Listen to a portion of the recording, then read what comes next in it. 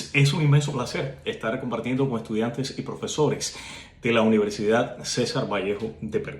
Para mí es un inmenso privilegio y es doblemente. Primero, porque es una universidad que ya tiene un prestigio, un nombre que ha ido ganando fuerza dentro del contexto latinoamericano, y porque rinde homenaje al gran César Vallejo, una de las figuras emblemáticas de la literatura a nivel mundial.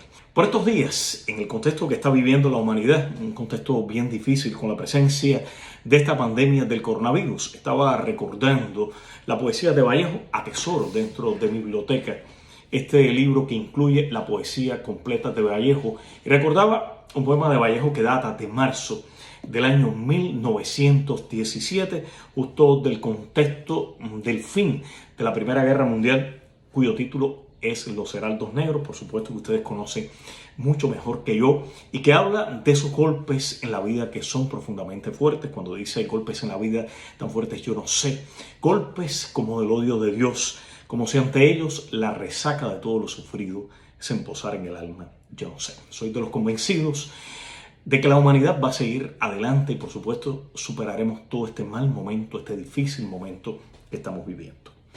Cuando me hablaban de un tema para abordar y pensaba en cuáles pudieran ser temáticas interesantes para estar conversando, en esta ocasión decidí por seleccionar una que me es muy cercana desde el punto de vista historiográfico.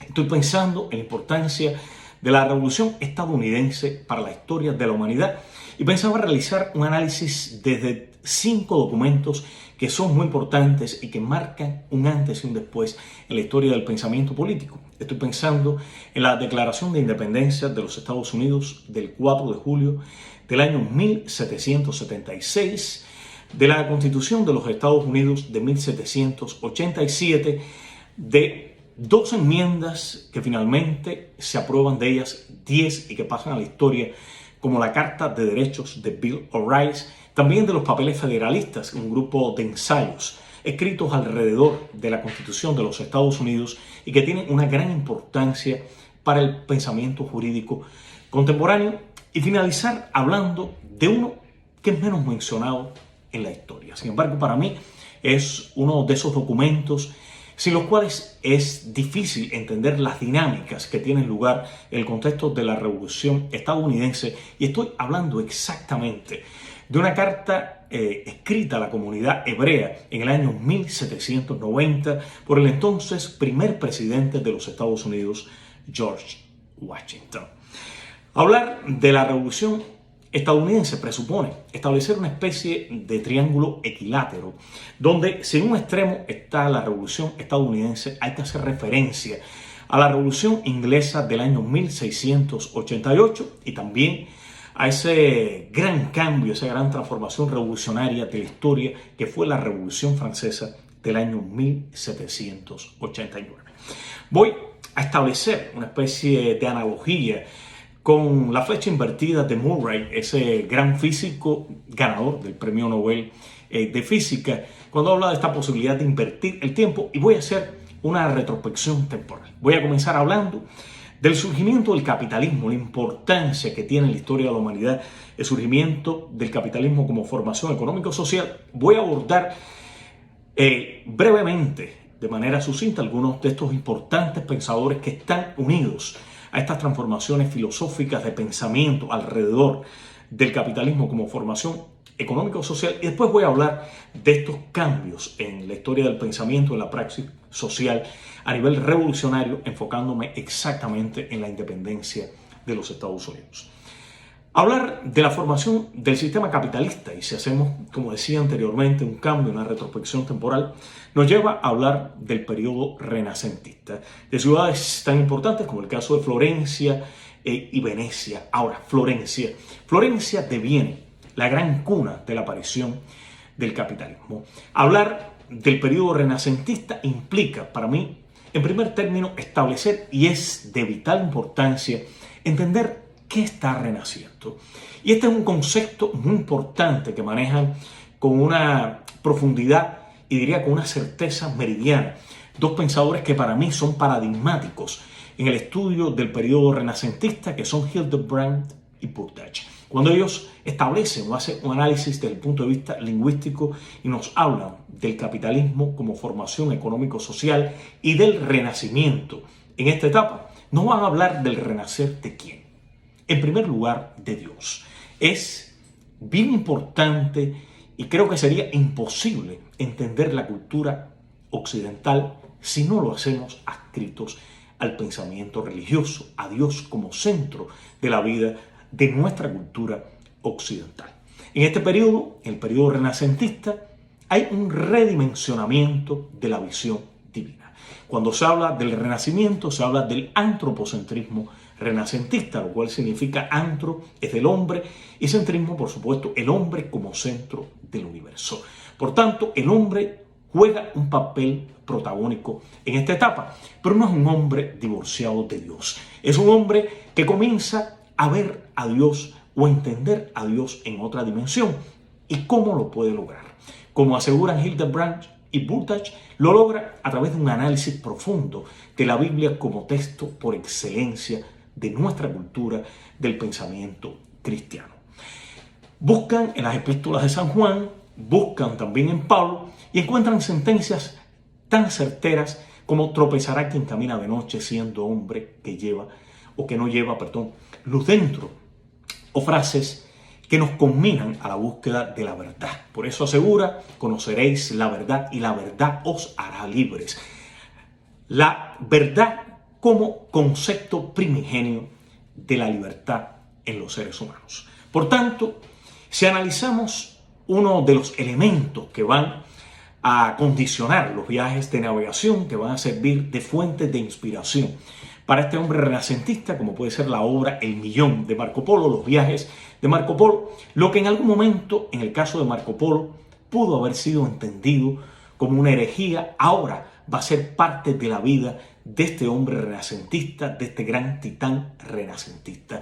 Por tanto, una figura como el caso de Cristóbal Colón se convierte en uno de los grandes paradigmas de este momento histórico. Un hombre que se lanza a los viajes de navegación, pero combinado ¿por quién? Por un Dios que está dentro de sí y por tanto el hombre puede brillar por sí mismo porque en su brillo, en cada una de sus acciones, está dentro de sí presente Dios y por tanto puede salir en busca de esa verdad.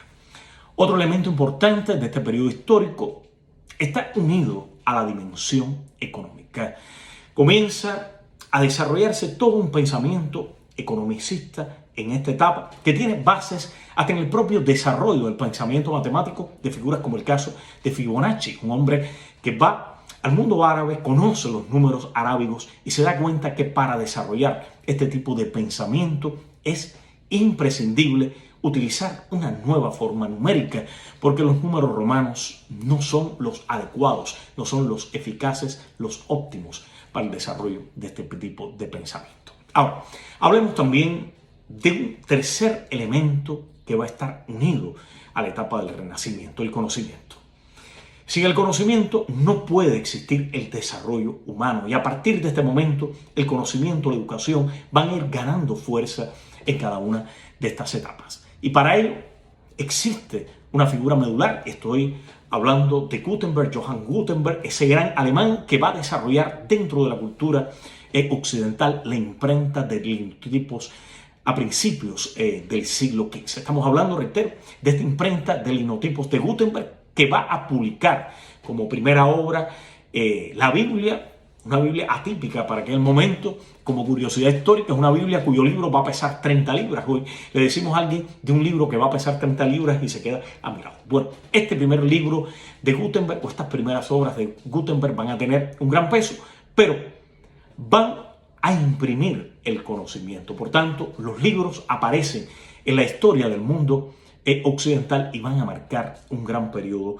revolucionario. Hay que hablar también del mercantilismo, del desarrollo de relaciones mercantiles. Hay que hablar, como decía anteriormente, ya de la aparición de la banca con la familia de los Médicis, Cosme de Médicis, que se va a convertir en un elemento fundamental en el desarrollo de este pensamiento financiero y el desarrollo de la banca como un modelo social, un modelo que va a garantizar todas estas dinámicas crediticias a partir de este periodo renacentista hasta la actualidad. Están figuras de la dimensión de alguien como Leonardo da Vinci, que se convierte en el gran modelo, en el gran arquetipo renacentista, un hombre que es capaz de desarrollar con unas habilidades impresionantes, ahí está su obra La Mona Lisa, o esta obra que refleja a la figura de la esposa de Francesco del Giocondo, pero están sus conocimientos de anatomía, están sus conocimientos de arquitectura y todos esos grandes legados anatómicos que va a hacer a través de la historia. Ahora, llegamos a esa etapa. En esa etapa aparece un elemento también fundamental, la duda. La duda va a llegar en la etapa renacentista y algunos llegan a aducir o a citar esta obra maravillosa que es la Biblia y gran paradigma para cada uno de nosotros los cristianos. Cuando la Biblia hace o nos acerca a la duda también como un elemento importante, más allá de las polémicas que se pueden cernir, más allá de esta aseveración. Y Cristo o Jesús, antes de morir, dice: Dios mío, ¿por qué me has abandonado? Vamos ahora, a raíz de la duda, a hablar de una figura que es muy importante en la historia del pensamiento filosófico. Y vuelvo a citar este pensamiento de tres, o esta tríada, porque si ahorita mencionaba tres revoluciones, ahora voy a hablar de tres pensadores que son bien importantes en esta etapa. En primer lugar, René Descartes, un hombre que desde la duda y desde la matemática como centro de la vida y como una de las ciencias exactas que marcan el devenir histórico, va a desarrollar toda una corriente de pensamiento imprescindible. El otro es Thomas Hobbes y John Locke, los tres grandes pensadores de este periodo histórico. Hablaba de Descartes, el hombre que nos dice que hay que dudar y que nos llega a aseverar: pienso, luego existo. Es decir, pienso, o el pensamiento como base de la existencia humana. Y ya vamos a ver a través de la historia que la prevalencia del yo va a constituir un elemento imprescindible, importante para cada uno de nosotros. En segundo lugar, estoy pensando en Thomas Hobbes, el hombre del Leviatán, el hombre que va a buscar en la Biblia, que va a apropiarse de esta figura bíblica que es el Leviatán, y nos va a hablar de este primer pacto social que va a establecerse entre el ciudadano y el Estado, y va a personificar la figura del Estado en la historia. Y en tercer lugar, John Locke. Para mí, uno de los pensadores paradigmáticos de esta etapa, y el cual hay que estudiar a fondo si se pretende entender qué está pasando en la historia del capitalismo. Y voy a hacer énfasis en este pensamiento de Locke. ¿Por qué? Porque Locke es el antecedente de todas estas transformaciones sociales. Es el hombre que nos va a hablar con profundidad de este gran contrato social y que nos va a legar dos obras que van a ser paradigmáticas en la historia. En primer lugar, ¿de qué estoy hablando? Estoy hablando del ensayo sobre el entendimiento humano de Locke. ¿Por qué el ensayo? Porque para hablar de la epistemología contemporánea, para hablar de la filosofía del conocimiento en la contemporaneidad, nos lleva de manera imprescindible a esta obra de Locke. En segundo lugar, ¿de qué estoy hablando?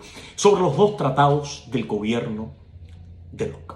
Estos dos tratados del gobierno de Locke que nos van a comenzar a rediseñar o a diseñar cuáles debieran ser las dimensiones del entendimiento humano y del entendimiento humano llevado a la esfera de la sociedad.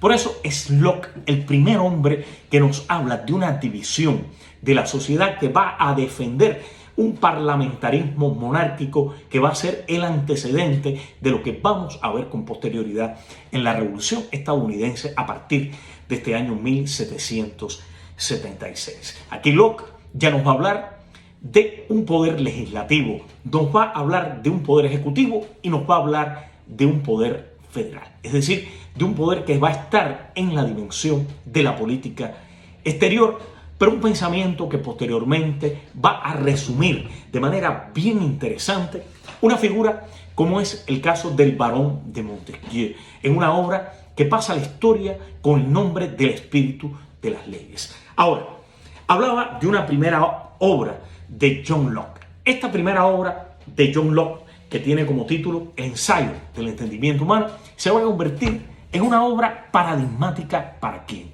Para la Ilustración francesa, para las figuras de esta Ilustración francesa en el siglo XVIII, siglo que pasa a la historia de la humanidad con el nombre del siglo de las luces. Y alrededor de este siglo están pensadores de la enciclopedia francesa, pensadores como el caso de Voltaire, del Montesquieu, el barón de Montesquieu, al que hacía referencia con anterioridad, y otra figura que es culminante en este periodo histórico. Estoy hablando de Jean-Jacques Rousseau con su contrato social. Cuando llegamos a la Revolución estadounidense y estas transformaciones que tienen lugar en la Revolución estadounidense, como decía anteriormente, que tiene un antecedente en esa Revolución inglesa del año 1688 y una continuidad histórica en la Revolución francesa del año 1789, ¿qué nos vamos a encontrar? Nos vamos a encontrar un primer documento programático. Este primer documento programático en el cual confluyen tres grandes figuras en la historia de este país. Estoy hablando de John Adams, primer vicepresidente de los Estados Unidos y segundo presidente de los Estados Unidos después de George Washington, conocido como la voz de la Revolución estadounidense, Thomas Jefferson, la pluma de la Revolución estadounidense y una figura de una gran importancia, y otra gran figura que es Benjamin Franklin, uno de los más grandes pensadores en la historia de la contemporaneidad. Ellos están alrededor de esta Declaración de Independencia de los Estados Unidos, que es escrita, redactada en sus bases fundamentales por Thomas Jefferson. Por eso cuando se habla de la redacción de la Declaración de Independencia de los Estados Unidos, se cita a Thomas Jefferson como su gran escritor. ¿Qué hace Jefferson? Jefferson se va a apropiar de las ideas de Locke. Por eso, cuando cita los tres derechos fundamentales de los individuos, va a tomar miméticamente el pensamiento de Locke y nos va a decir los tres derechos por excelencia y fundamentales en la vida de un ser humano. En primer lugar, la vida. ¿Quién puede dudar que la vida es el derecho por excelencia? En segundo lugar, la libertad. Vivir y estar libre es uno de los grandes retos humanos y una de las grandes demandas sociales. Lo estamos viendo en su lucha hasta la actualidad. Sin embargo, en tercer lugar, va a redimensionar el pensamiento de Locke. Porque si Locke va a darle una gran importancia y va a hablar de la propiedad como paradigma de felicidad, como paradigma de bienestar social, Thomas Jefferson va a sustraer esa palabra, la va a eliminar y va a hablar de la búsqueda de la felicidad. Esa perenne búsqueda de la felicidad que algunos la ascriben a la tenencia de una propiedad, pero que puede tener múltiples dimensiones en su análisis. Ahí están bases del análisis de Locke, que sucintamente los voy a resumir con estas tres ideas fundamentales. En segundo lugar, tenemos la Constitución de los Estados Unidos, un documento que no solo va a ser paradigmático para este país, sino que va a ser paradigmático para la historia del pensamiento politológico.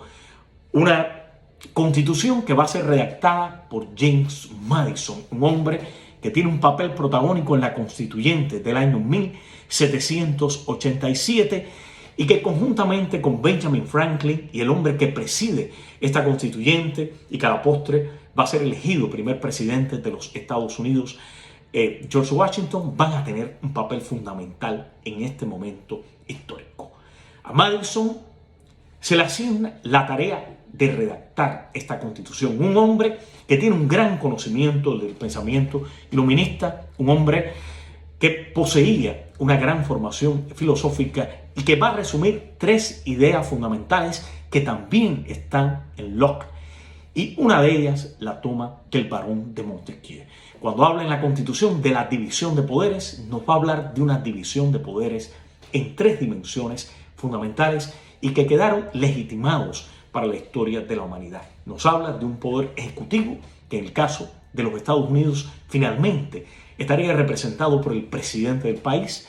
nos va a hablar de un poder legislativo que tendría como objetivo fundamental hacer las leyes del país, que en el caso de los Estados Unidos estaría subdividido en un poder bicameral representado en el Congreso de los Estados Unidos con una Cámara de Representantes y el Senado del país, y nos va a hablar de un poder judicial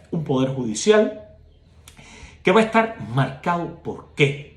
Va a estar marcado por la existencia de cortes en cada uno de los estados, en los poderes estaduales, y por supuesto va a hablar de una Corte Suprema de Justicia o una corte de cortes en el país. Y esta idea ya desde un primer momento va a comenzarse a estructurar, va a haber una arquitectura alrededor de esta idea, y uno de los artífices de la formación de esta idea en el país lo va a ser John Adams, el hombre que dice que este no puede ser un país de hombres, debe ser un país de leyes, y que las leyes tienen un papel primordial, un papel por excelencia en la vida de este país, y que después va a condicionar la presencia de John Marshall, el hombre que está durante un periodo prolongado convirtiéndose en la figura que más tiempo está al frente de la Corte Suprema de Justicia en los Estados Unidos desde el año 1801, previo a la llegada a la presidencia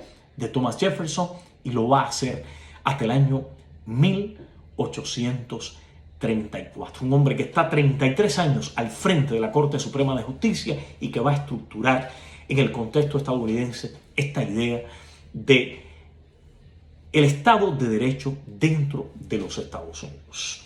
Esos son los tres poderes fundamentales y esas son las ideas que están alrededor de esta Constitución. Ahora, agregar que cuando el desarrollo de la Constituyente del año 1787 hay un debate enconado entre federalistas y antifederalistas dentro de esta fundación congresional en el país. Los antifederalistas se oponen a estas ideas que son defendidas por figuras como el caso de Alexander Hamilton, para muchos el padre de la economía estadounidense, el primer presidente del Tesoro en los Estados Unidos y que es el líder de la postre el Partido Federalista, uno de los dos primeros partidos políticos que existen en la historia del país, que tiene a su lado también a John Jay y a otra figura como es el caso de James Madison. Ellos defienden este poder federal y de hecho escriben un grupo de ensayos de contenido filosófico que se convierten en ensayos medulares para la historia de los Estados Unidos. Estamos hablando de ensayos que defienden la idea de la Constitución y por qué la Constitución de los Estados Unidos debe tener esta estructura. Estos ensayos, que son publicados en Nueva York bajo el seudónimo de Polius, van a convertirse en piezas fundamentales para la historia del pensamiento democrático. Ellos dan pie a este gran debate que tiene lugar en el contexto de la constituyente, cuando los antifederalistas dicen que la constituyente o que la Constitución de los Estados Unidos, el texto constitucional, no refleja los elementos básicos de la defensa de los derechos de los estadounidenses, nos van a llevar a una idea fundamental o van a combinar a Madison a escribir lo que se conoce en la historia como la Carta de Derechos o The Bill of Rights. 12 enmiendas primigenias a la Constitución, son aprobadas 10, pero que tiene una primera enmienda en la Constitución de los Estados Unidos que tiene una gran importancia. Una primera enmienda donde están rubricados, están refrendados derechos fundamentales de los seres humanos, como puede ser el derecho a la reunión, el derecho a la prensa, el derecho a hacerle cualquier demanda al gobierno, también pudiera ser derecho como lo puede hacer, lo legitimaba anteriormente el derecho a la libertad religiosa dentro del país. Es decir, establece derechos fundamentales dentro de la vida del país, 5 derechos fundamentales y por supuesto otras enmiendas, como es el caso de la segunda enmienda de la Constitución, que Madison la defiende. ¿Por qué? Porque cuando habla de la libertad, y esto puede ser muy debatido en la actualidad, la libertad a portar armas de fuego, lo hace porque en aquel momento él estaba convencido, y después que hizo la historia, que el momento en que ocurrió, en el año 1812, era presidente de los Estados Unidos, que Inglaterra podía volver en busca de las colonias que eran la joya de la corona inglesa y que cada ciudadano de las colonias debía tener un arma de fuego al lado de su cama para poder activarse rápidamente y poder formar un ejército en fracciones de segundo o en minutos o en horas. Eso está en la segunda enmienda de la Constitución de los Estados Unidos. Esa es la Carta de Derechos. Ahora, me falta un documento que es imprescindible para esta historia. Estamos hablando de una carta que escribe George Washington. George Washington es uno de los grandes hombres de la Revolución, uno de los padres fundadores de los Estados Unidos, y ese es quizás el gran hombre de culto. Es un hombre que en ocasiones se tiene que valer de la pluma de Hamilton, se tiene que valer de la pluma de Madison, como cuando escribe su discurso de despedida que pronuncia en el año 96, pero que es un hombre que distingue por su claridad de pensamiento y su gran dimensión moral. Es el hombre que acepta solamente 2 mandatos y cuando le piden un tercer mandato asegura: no podemos correr el riesgo de que este país se convierta en una gran dictadura. Hay que defender la democracia. Este país no puede descansar sobre los hombros de un hombre. Tiene que descansar sobre los hombros de las leyes. Y estaba muy claro. Bien, este hombre escribe, y digo que para mí tiene una gran importancia desde el punto de vista político, desde el punto de vista histórico, una carta que es la carta a los hebreos del año 1790. ¿De qué habla en esta carta? En esta carta va a refrendar una idea que ya está en el pensamiento de Hobbes. Es la idea de la libertad religiosa. Pero quiere la historia que esta carta sea enviada a este grupo social que han sido de los más perseguidos en la historia de la humanidad, los judíos, los hebreos. Y con esta idea de la libertad religiosa está refrendando un principio inalienable, un principio que tiene una gran trascendencia desde el punto de vista histórico. He citado estos 5 documentos que son referencia para la Revolución Francesa de 1789 y por supuesto que son a su vez continuidad de la Revolución Inglesa del año 1688, que a su vez descansa sobre un documento medular en la historia, la Carta Magna, la Carta de Derechos del año 1215, que es sin lugar a dudas una de las plataformas jurídicas, una de las plataformas constitucionales de todo el pensamiento universal, más allá de que también en la historia de los Estados Unidos no se puede hablar de proceso constituyente si no se hace referencia a un documento fundamental, que es el Pacto del Mayflower. Este pacto que firman un grupo de personas que llegan a las costas de los Estados Unidos buscando libertad religiosa, llegan buscando prosperidad económica en el año 1620 y que salen huyendo de esa persecución de los grupos protestantes que tienen lugar en Europa. Y por supuesto llegan imbuidos del pensamiento de Dios, del pensamiento divino, pertrechados de las ideas de una de las figuras revolucionadoras en la historia de la humanidad. Estoy hablando exactamente de Martín Lutero. He recorrido brevemente algunos de estos aspectos importantes a nivel de documentos históricos. De manera sucinta he abordado algunos de los temas que tienen que ver con la vigencia o la presencia de estos documentos históricos en la historia de los Estados Unidos, que después son resumidos o analizados con una brillantez meridiana en 2 tomos que son publicados en el año 1835 y 1840 por un francés que visita los Estados Unidos. Estoy hablando de Alexis de Tocqueville, que viene a estudiar las cárceles estadounidenses, pero termina legando estas obras monumentales que analizan el sistema democrático de los Estados Unidos. Creo que revisar la historia, analizar la historia es fundamental para nosotros, es decir, analizar cada una de esas huellas que ha dejado el hombre en el tiempo es fundamental. Darle las gracias a ustedes por la oportunidad de estar compartiendo con estudiantes y profesores de la Universidad César Vallejo de Perú, con quien me unen lazos bien estrechos, un respeto inmenso. Y por supuesto, estaré con ustedes cuando lo deseen. Muchísimas gracias. Hemos estado hablando de algunos de estos grandes paradigmas de la historia. A todos que tengan un excelente día.